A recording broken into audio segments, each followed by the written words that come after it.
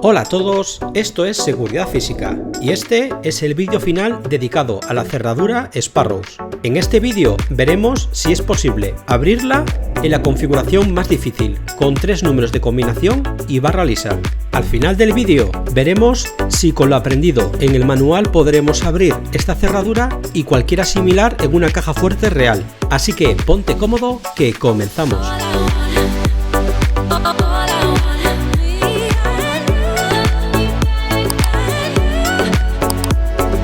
También daré mis impresiones sobre esta cerradura de entrenamiento y si la recomendaría o la volvería a comprar.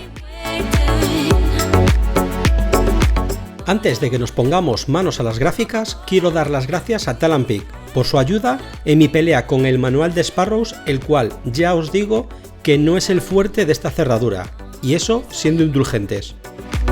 Después de este pequeño spoiler, también daros las gracias a todos por estar ahí y hacer esto posible, ya que cada día somos más en el canal.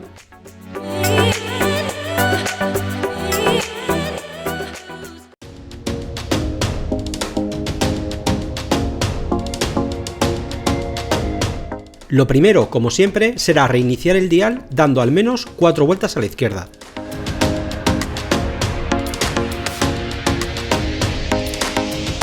Para después buscar los puntos de contacto.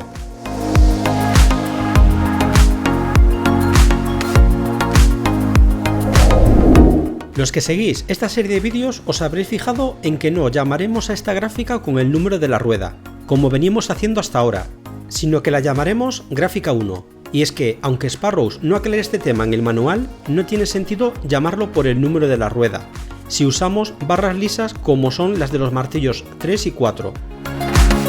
A este tipo de gráficas se las conoce como gráficas AWL, de las siglas en inglés All Wheels Left, o todas las ruedas a la izquierda.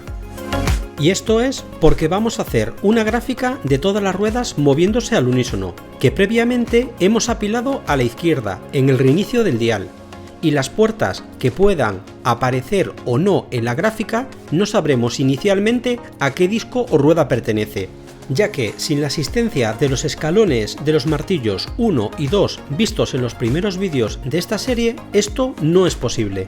Es por eso que otros autores le llaman a esta gráfica AWL o AWR, dependiendo de si lo hacemos apilando las ruedas a la izquierda o a la derecha. Si bien el hecho de que el martillo y el resorte estén colocados al lado de la rueda número 3, en caso de salir alguna puerta en nuestra gráfica, por probabilidad será esta una de las que salgan. Pero esto no tiene por qué ser así. Por ejemplo, si la rueda 2 tiene un diámetro un poco mayor que la rueda 3, puede hacer que la barra del martillo se apoye solo en esta y no en la rueda número 3, ocultando así la puerta en el gráfico.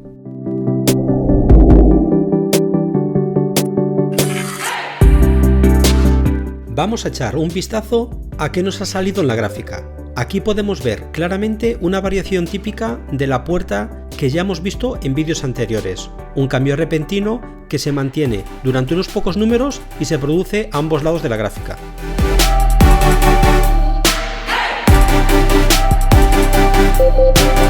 Aquí nos volvemos a encontrar con algo similar pero de menor intensidad, así que volveremos luego sobre ello.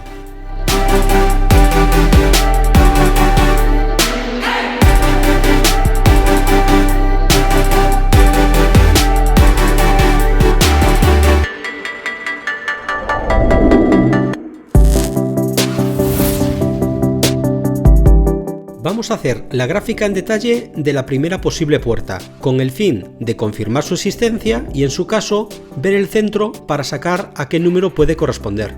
Si nos fijamos detenidamente cuando nos acercamos para comprobar el punto de contacto derecho, al estar graficando los números 15, 16 y 17, que son próximos al 16, que es donde establecimos que estaría el punto de contacto derecho, la rueda se nos mueve por efecto de la propia rampa de la rueda motriz. Por eso, estas mediciones no las vamos a tener en cuenta.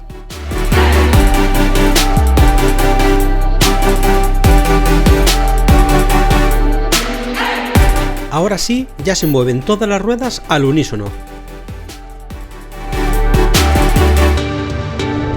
Ya con la gráfica en detalle podemos ver la forma clara de una puerta y establecer el centro de esta en el 19 aproximadamente. Recordemos que por las tolerancias de fabricación y diseño tenemos margen a la hora de elegir el centro. Vamos ahora con la segunda protuberancia de la gráfica, que era un poco más débil que la anterior.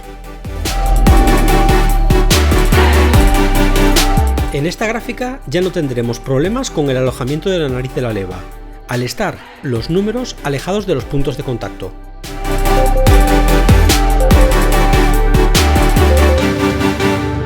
Y vemos como poco a poco también nos sale la forma característica de una puerta.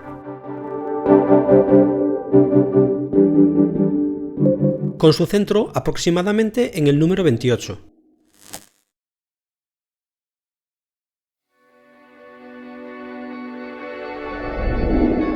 Si ya no podemos saber, mirando solo la gráfica, a qué disco pertenece cada posible número de combinación, entonces, ¿qué hacemos para saber a qué rueda corresponde lo que encontremos en la gráfica?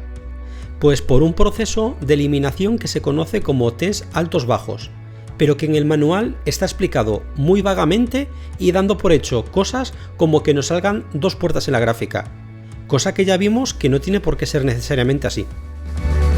No sé el motivo de que la explicación para la apertura con barra lisa y 3 ruedas de combinación, el martillo número 4, que es el más difícil por ser como la que nos encontraríamos en una caja fuerte real, ocupe tan solo media hoja del manual, cuando esto da para escribir un libro entero. Como vemos, nos dice que asignemos un número a la rueda 3 y el otro a la rueda 1, y para la rueda 2 le asignaremos el mismo número que a la rueda 1 menos 10 números. Al terminar buscaremos los puntos de contacto y los compararemos con los obtenidos en la gráfica, a ver si nos dan bajos como cuando estamos sobre una puerta. Esto, según Sparrow, significaría que la suposición de que el valor que asignamos en el primer paso corresponde a la rueda 1, si no correspondería a la rueda 2.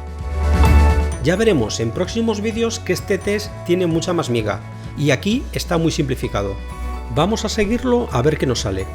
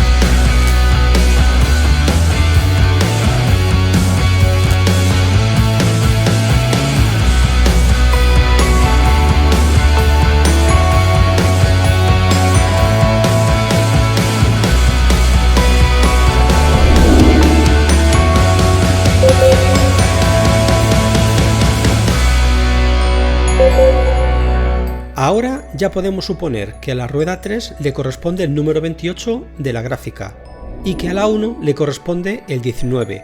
Por ensayo y error nos saldrá el último número, ya que una cerradura de la que tenemos 2 de los 3 números y su correspondiente disco está virtualmente abierta. Vamos a ver si es así. Mientras tanto, y como lo prometido es deuda, es hora del salseo. ¿Me la volvería a comprar? ¿Se la recomiendo a alguien? Comprar este kit de cerradura y manual de Sparrow sería parecido a la típica caja de experiencias de buceo, barranquismo o paracaidismo que venden en los centros comerciales, para usarla como regalo o regalárselo a uno mismo. Estas cajas regalo sirven para quitar el miedo a la actividad que elijamos y romper esa barrera psicológica y saber si en un futuro queremos seguir con ella o no. Pero nadie podrá decir, tras realizarla, que es paracaidista, y mucho menos atreverse a saltar solo. Conmigo cumplió con todos esos puntos. Estoy enganchado a esto de la manipulación de cerraduras, y ya no lo veo como algo solo posible para una élite. Pero no puedo decir que sea un manipulador, y podré abrir la próxima caja fuerte que se me ponga por delante. Conociendo en profundidad el funcionamiento de las cerraduras de combinación y siguiendo un buen libro o manual de los muchos de calidad que hay disponibles, creo que podremos ser buenos manipuladores de caja fuerte. Y este manual creo que no está a la altura para lograr eso. En cuanto a la cerradura propiamente dicho, aunque de buena calidad, está lejos de las cerraduras de entrenamiento basadas en una original de caja fuerte. Por no decir que el precio es incluso superior a esta. Creo que Sparrow debería ajustarlo un poco más y trabajar un poco más en el manual para que sea una cerradura o un kit más completo. A mí personalmente me costó mucho entender las cosas que explicaban. Puede ser cosa mía y que a ti no te suceda, pero como vemos, la cerradura siguiendo el manual, abrir, abre. Muchas gracias a todos otra vez y sobre todo por llegar al final del vídeo. Como recompensa, un pequeño adelanto de lo que está por venir, que si has llegado hasta aquí, seguro que lo disfrutarás tanto como yo. ¡Adiós!